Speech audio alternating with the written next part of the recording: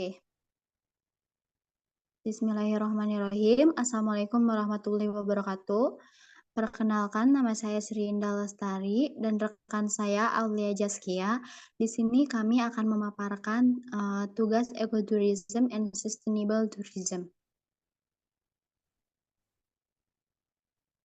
Next. Yang pertama, ecotourism, yakni perjalanan ke tempat-tempat alami yang relatif masih belum terganggu atau tercemari dengan tujuan untuk mempelajari, mengagumi, dan menikmati pemandangan, tumbuh-tumbuhan, dan satwa liar, serta bentuk-bentuk manifestasi budaya masyarakat yang ada, baik dari masa lampau maupun masa kini. Next. Selanjutnya ada manfaat ecotourism. Yang pertama, konservasi. Konservasi berasal dari bahasa Inggris, yakni conservation yang artinya pelestarian atau pelindungan.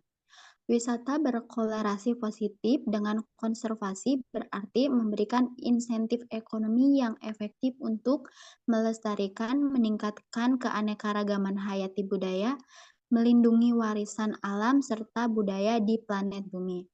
Manfaat selanjutnya yakni di bidang pendidikan lingkungan, yakni kegiatan wisata yang harus dilakukan untuk memperkaya pengalaman juga kesadaran lingkungan melalui interpretasi.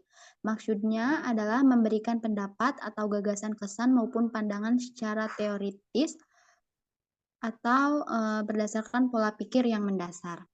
Manfaat selanjutnya yakni di bidang ekonomi, menghasilkan keuntungan ekonomi bagi kehidupan masyarakat yang berada di daerah tersebut atau daerah setempat. Next. Adapun tujuan ecotourism yakni menciptakan pengalaman yang bermanfaat bagi semua orang secara setara, bukan hanya turis dan pemangku kepentingan. Ini berarti melindungi ekosistem lokal dan sumber daya alam, memberikan upah hidup kepada penduduk lokal sambil membantu mereka melestarikan komunitas dan budaya mereka, dan meningkatkan pengetahuan pelancong atau turis tentang sumber daya alam di tujuan tertentu, budaya lokal, dan saling menghormati. Next. Adapun kendala utama ecotourism yakni ada dua, di transportasi dan infrastruktur. Yang pertama, untuk mencapai daerah pedalaman hutan yang masih asri tentu saja harus menggunakan moda khusus. Contohnya double cabin. Kendala yang kedua yakni di infrastruktur. Sebagai turis tentu saja ingin merasakan sesuatu yang berbeda dari ecotourism. Wisatawan ingin sebuah perjalanan yang seru, menegangkan, dan kegiatan adat setempat. Next. Adapun kriteria ecotourism yakni meminimalisir imbas fisik, sosial, sikap psikis, yakni maksudnya meminimalisir dan terhadap orang-orang yang mempunyai emosi yang berlebihan dengan kejiwaannya. Yang kedua, membuat kesadaran lingkungan, budaya, dan rasa hormat. Yang ketiga, memberikan pengalaman positif untuk pengunjung dan tuan rumah. Yang keempat, memberikan faedah keuangan langsung untuk pelestarian atau konservasi lingkungan hidup. Next. Adapun kriteria ecotourism yakni hasilkan keuntungan keuangan untuk warga lokal, industri swasta. Memberikan pengalaman interpretatif yang mengagumkan untuk pengunjung untuk tingkat sensitivitas pada cuaca politik, lingkungan, sosial, tujuan rekreasi. Membuat menjalankan sarana atau infrastruktur dengan meminimalisir imbas lingkungan. Dan yang terakhir, mengaku hak-hak kepercayaan religius, tradisi, dan mendayagunakan mereka. Next. Nah, ini contoh Balai Taman Nasional Bali Barat. Next. Letak geografisnya, secara geografis berada di antara 114 derajat 26 menit sampai 140 derajat 35 menit. bujur timur, dan 5 derajat 5 menit sampai 5 derajat 13 menit lintang selatan. Cara administratif, lokasi kawasan Taman Nasional Bali Barat termasuk dalam Provinsi Bali, Kabupaten Jemberan, dan Kabupaten Buleleng. Next, kawasan. Kawasan pada tanggal 14 Oktober 1982, kawasan Taman Nasional Bali Barat dideklarasikan pada saat Kongres Taman Nasional Sedunia dilangsungkan di Kota Denpasar, Provinsi Bali. Hal ini sejalan dengan Surat Pernyataan Menteri Pertanian Nomor 736 Mentan 10/1982. Surat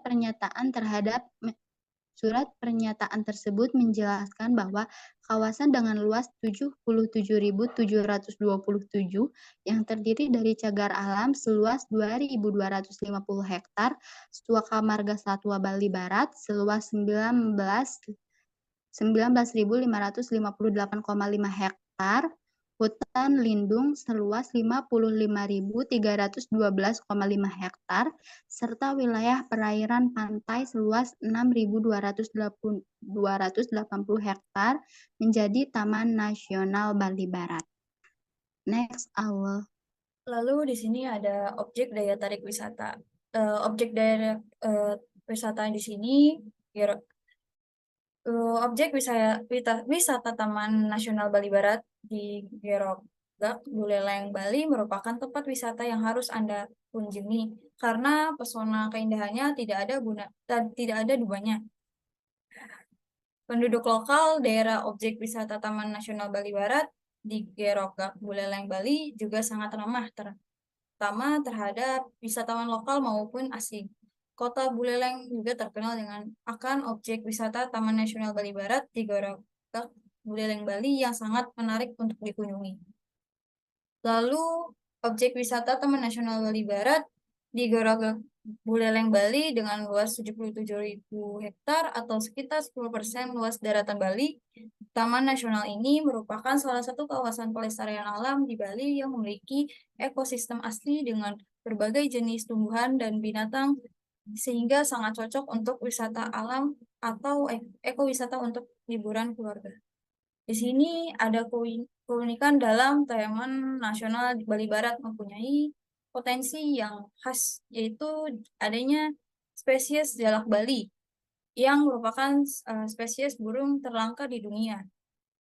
Burung pesolek ini alam jumlahnya tidak lebih dari 4 ekor saja.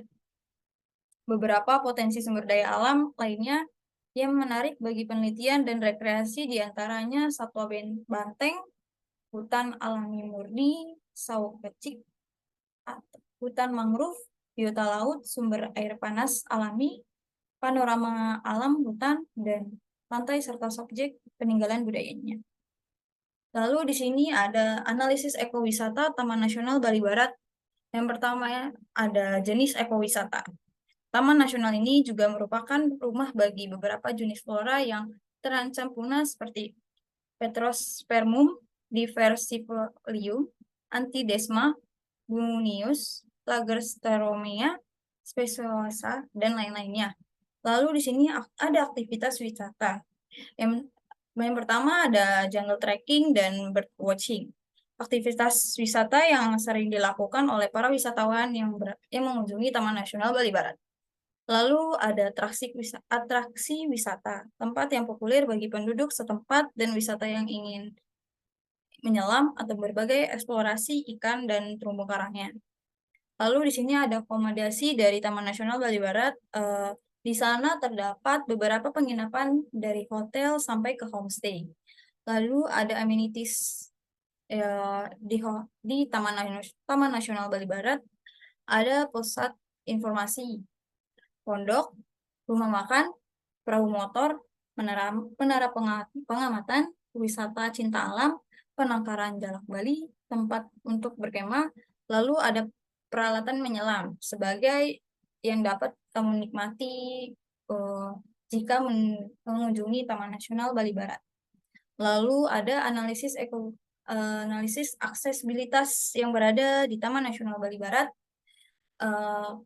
Akses ke Taman Nasional Bali Barat dimulai dengan perjalanan menuju kantor Balai Taman Nasional Bali Barat atau pintu masuk resmi yang berada di Karangsewu, Tegal Bunder, Banyuwedang, dan Labuan Lalang untuk membeli tiket masuk kawasan. Jarak tempuh dari Denpasar menuju kantor Balai Taman Nasional Bali Barat ini sejauh kurang lebih 135 km atau 3–1–4 jam untuk menuju ke sana, sedangkan dari Pelabuhan Gilimanuk hanya berjarak 2 km atau 5 menit menggunakan mobil. Mulai dari kantor Balai Taman Nasional Bali Barat dapat menuju ke lokasi-lokasi yang diinginkan Taman Nasional Bali Barat dengan menggunakan kendaraan pribadi ataupun angkutan umum. Lalu di sini ada manfaat ekonomi bagi masyarakat. Lalu sumber daya alamnya lainnya yang menjadi menarik bagi penelitian dan rekreasi penggerak utama ekonomi warga. Hal ini dibuktikan dengan peralihan mata pencaharian masyarakat yang awalnya hidupnya sebagai nelayan menjadi pengrajin patung atau menjual cendera mata. Lalu ada edukasi. Edukasi ini ada 3. Yang pertama ada tracking area. Menjadi salah satu edukasi yang disediakan pihak pengelola untuk para pengunjung. Lalu ada menyelam. Salah satu kegiatan yang terdapat di Bali National Park yang bisa mendapatkan paket wisata bahari dari pihak pengelola. Lalu ada mengamati hewan dari dekat dan melihat berbagai hewan yang ada di sana seperti burung jalak Bali dan juga rusa dan lain-lainnya. Lalu ada penghargaan. Penghargaan yang didapat Taman Nasional Bali Barat ini ada pelantaran Harmony Bali Rai Global Human Settlements Award tahun 2019, lalu ada Sustainable Destination Top 100 di kawasan Asia Pasifik 2018. Lalu ada Top Sustainable Destination Top 100 by Green Destination tahun 2016 dan 2017. Lalu ada Best Top 100 Destination di International Tourism Bourse ITB, Berlin, dan Jerman. Sekian dari kami, kurang lebihnya mohon maaf. Wassalamualaikum warahmatullahi wabarakatuh.